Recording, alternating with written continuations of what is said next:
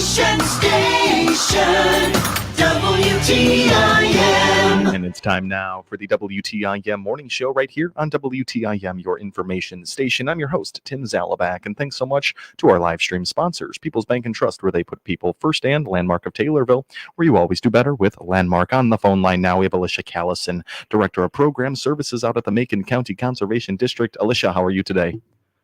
I'm doing well, thank you. Of course, yeah, and thank you so much for taking the time being here with us. We're going to talk programs, upcoming events, and some construction and the happenings over at the Rock Springs Nature Center and Macon County Conservation District. Top of mind for you, Alicia, what's happening as we move through fall here out at Macon County? We've got a lot going on. So we have just finished a couple of busy weeks. We had our Fall Harvest Festival, then we had a first annual treat trail out here at Rock Springs. So we're staying busy. And then looking forward, we have a couple of other special events coming up. So we have a pumpkin smash coming up the weekend after next, and then our annual candlelight tour coming up the weekend after that. Awesome. Fall Harvest and the treat trail, all those go off pretty well? Yes, it was wonderful. The treat trail was the first time that we've ever done that event, and the response that we got was really wonderful. We had a great time. We had a ton of people out here. It was a great night. That is awesome. If I remember correctly, there were like activities out on the treat trail, like a guess what I'm feeling or guess what I'm tasting. Was that out there? Am I remembering that correctly? Yep, you got it. Yeah, so we had some stations set up on the bike trail and through the pine forest, and we had some little interactive activities as well as treats that kids and other participants could collect along the way. It was a lot of fun. It was really dark, but it was a lot of fun. That is awesome. And just the words "through the pine forest" is spooky enough right there. It sets the scene perfectly. That is awesome. Fall Harvest and the treat trail all seeming to go well over there. You mentioned an upcoming event here, November 2nd, pumpkin smashing. Tell us about this. What happens at this? Yeah, so this is also a new event for us. Cool, okay. This is a partnership with the University of Illinois Extension Office. Cool. And they kind of brought this idea to us and said, hey, we want to do this. Is this something that you guys would want to take part in? And we were like, yeah, absolutely. So basically what it is you bring any pumpkins that you have that maybe they're left over or you've carved them and they're starting to, deteriorate a little bit. You can bring them out to Rock Springs and smash them up. For some people, it's just like a fun way to get some energy out. But the general goal of this is that instead of all of those pumpkins going into a landfill or getting tossed somewhere that they don't belong, all of these pumpkins will be collected and composted. Wow.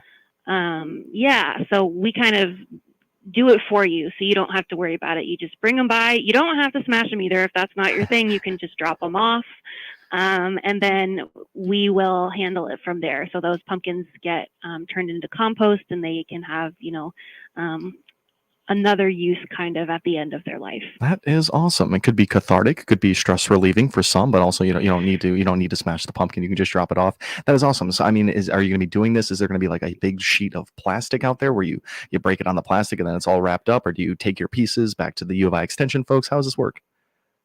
So the U of I Extension have a bunch of ideas going right now. So I know there was talk of a basketball hoop that you could toss them through.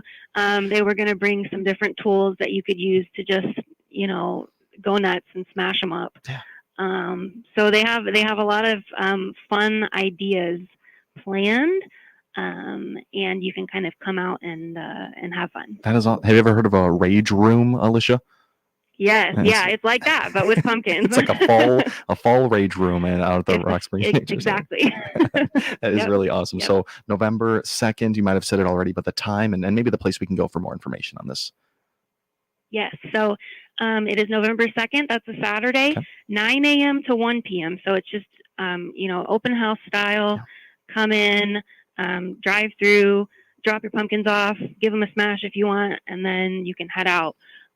For more information, you can visit our website. That's maconcountyconservation.org. Just perfect. And these pumpkins are going to be composted. They're going to be put to use, and much better than going into a landfill, as Alicia's been saying here. We have Alicia Callison on the line, Director of Program Services over at the Macon County Conservation District. We've talked the pumpkin smashing event. Now another event upcoming, the Candlelight Tour. Alicia, tell us more about this.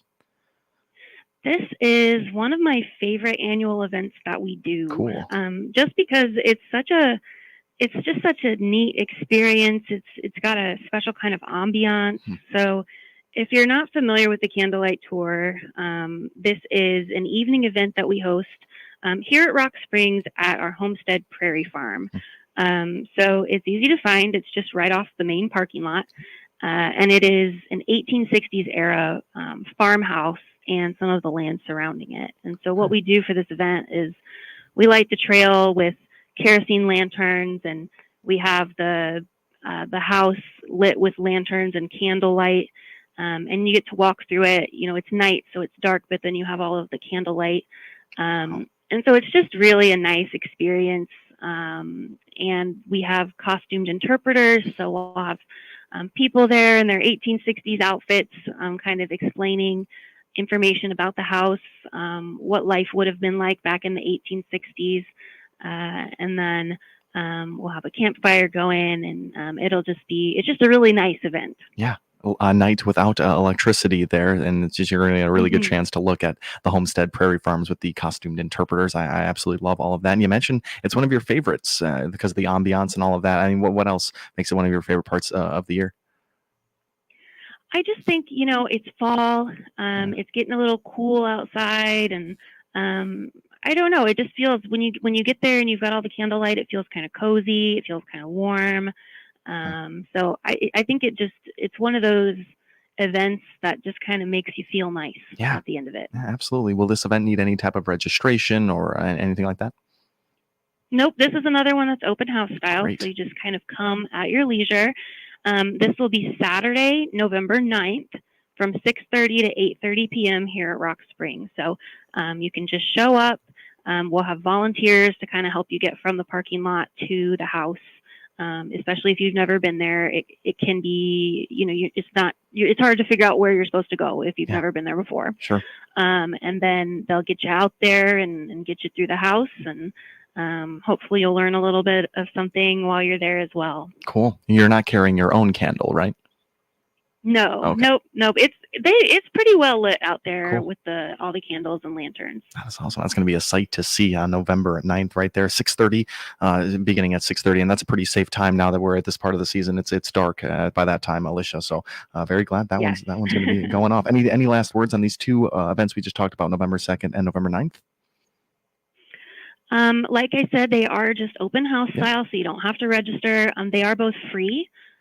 So there's no cost. Great. You just kind of show up and enjoy, and we hope to see you there. Perfect. You can get more information on our website or on our Facebook page. Love it. Alicia, we got about 2 minutes left in this first segment here. We talked briefly about construction over at Macon County Conservation District last time, but I'm sure it's been proceeding. How has construction been on? And to remind people, what is this new build? Yes, so we have a lot of construction going on at the Nature Center. Cool.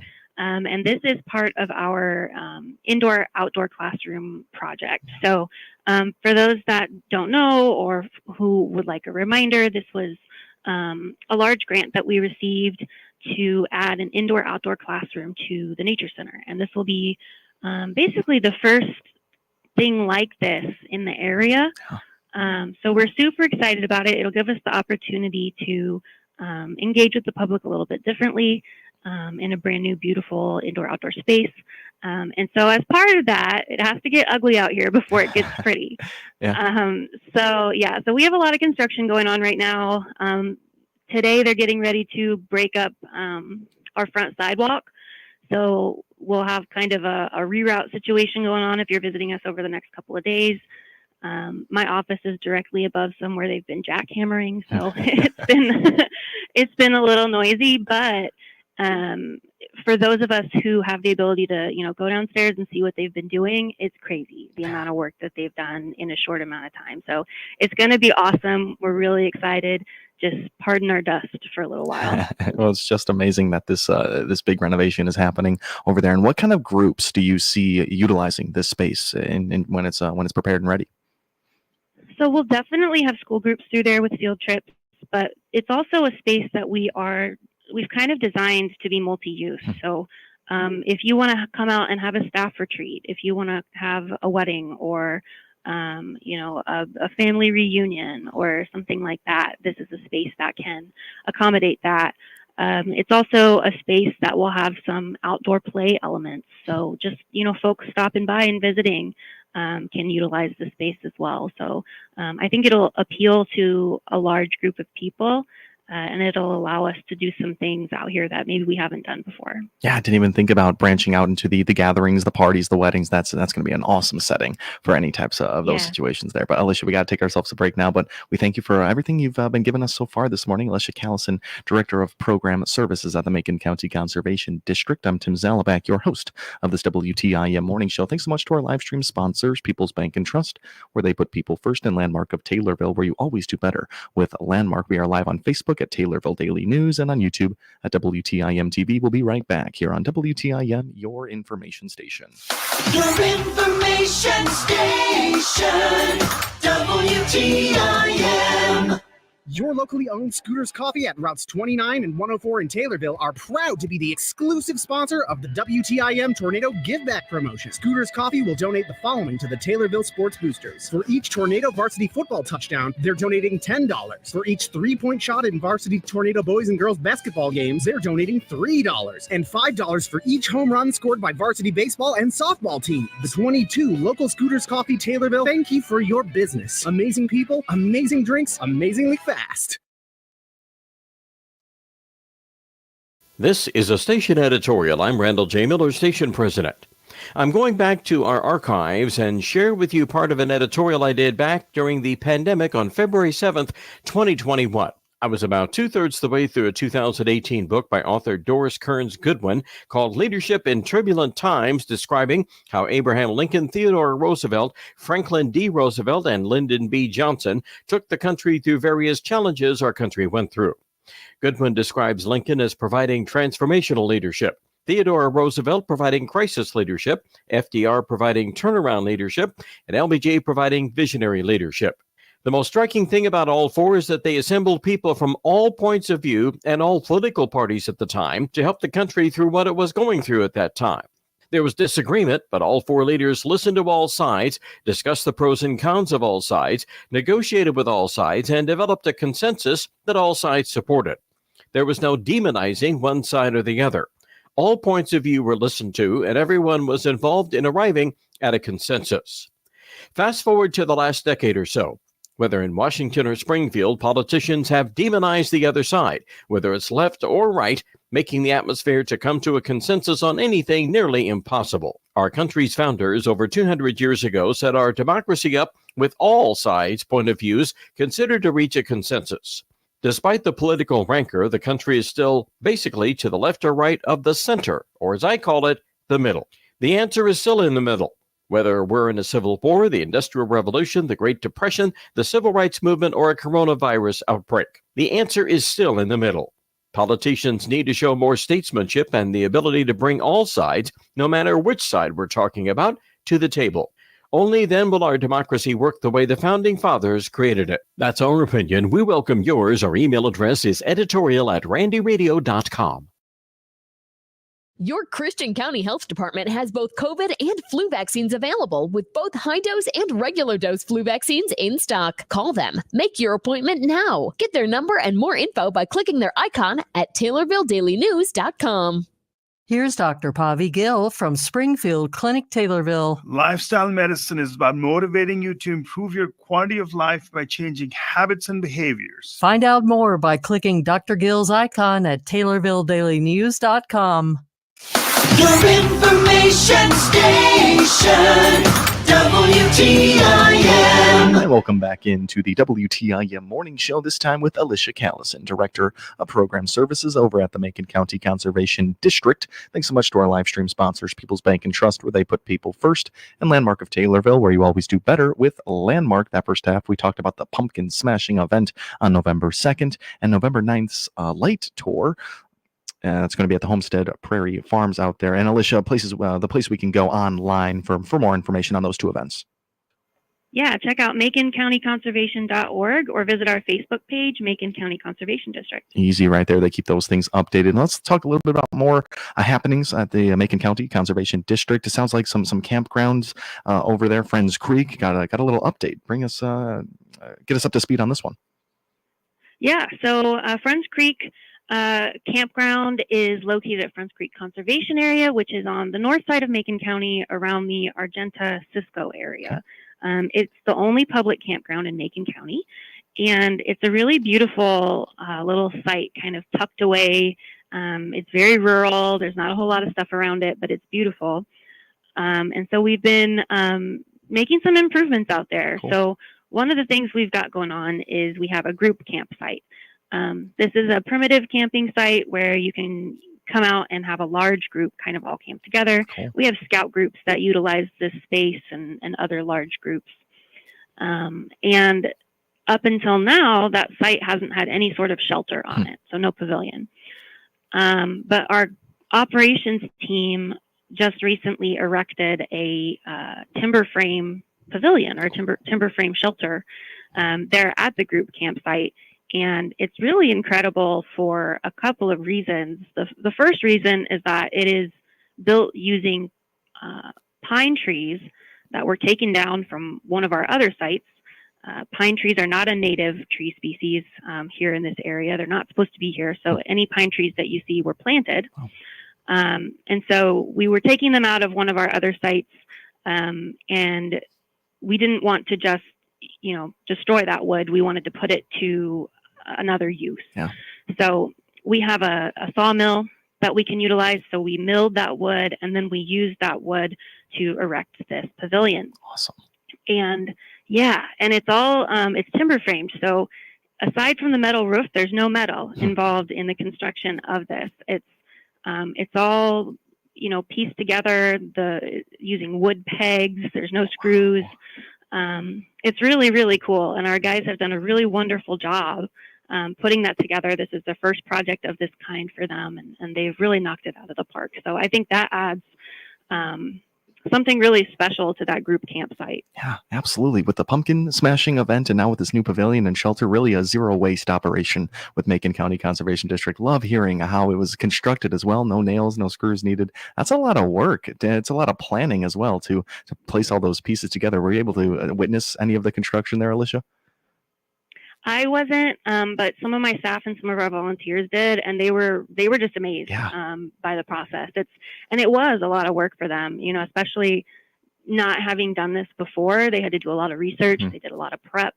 It was really well thought out, and they did a really stellar job. Yeah, and you called this group campsite primitive. Was it primitive because it didn't have this shelter, or are there other things out there that make it just a little bit more remote? Yeah, so the group camp is separate from the more traditional campsite spots at Friends Creek, and so it doesn't have access to running water there at that campsite. There is a pit toilet, and there's a fire pit, but it's a more primitive camping experience out there. Wow, that is awesome. They'll at least be able to utilize the pavilion and the shelter out there when they're using it. And dates have been extended for the camping season with Macon County Conservation. Is that correct? Correct. Awesome. Yeah. So this is something new that we're offering this year. Just kind of see how it goes. We do frequently get requests for late season camping. Maybe it's a hunter that's coming in for a couple of nights and just needs a spot to park their RV. Maybe it's a long haul traveler that just needs somewhere to stop for the night. They don't need a whole lot of amenities. And so we've extended our camp season. Normally, the season runs through the end of October, but this year it's going to run through the end of December. Wow. So through December 29th. It's electricity only, so we won't have, again, there won't be running water. We haven't, just because of where we are in the world, we would deal with, frozen pipes and things like that. Yeah. And so because of that, we do have a reduced fee as well. But this is kind of an opportunity to meet those needs. we've been hearing about, and see how it goes. And if it goes well, we'll probably continue to do it. That is so great to hear. Glad you're listening to these needs out there, and I'm sure a lot of hunters and some of these winter campers, however crazy they might be, they're going to be able to camp for just a little bit longer. That is just so great. Alicia, we thank you for all your time as always, and we are totally out of time. Thank you. Thank you so much for having me. Of course, Alicia Callison, Director of Program Services out at the Macon County Conservation District, right here on the WTIM Morning Show. Thanks for tuning in. With SRN News, I'm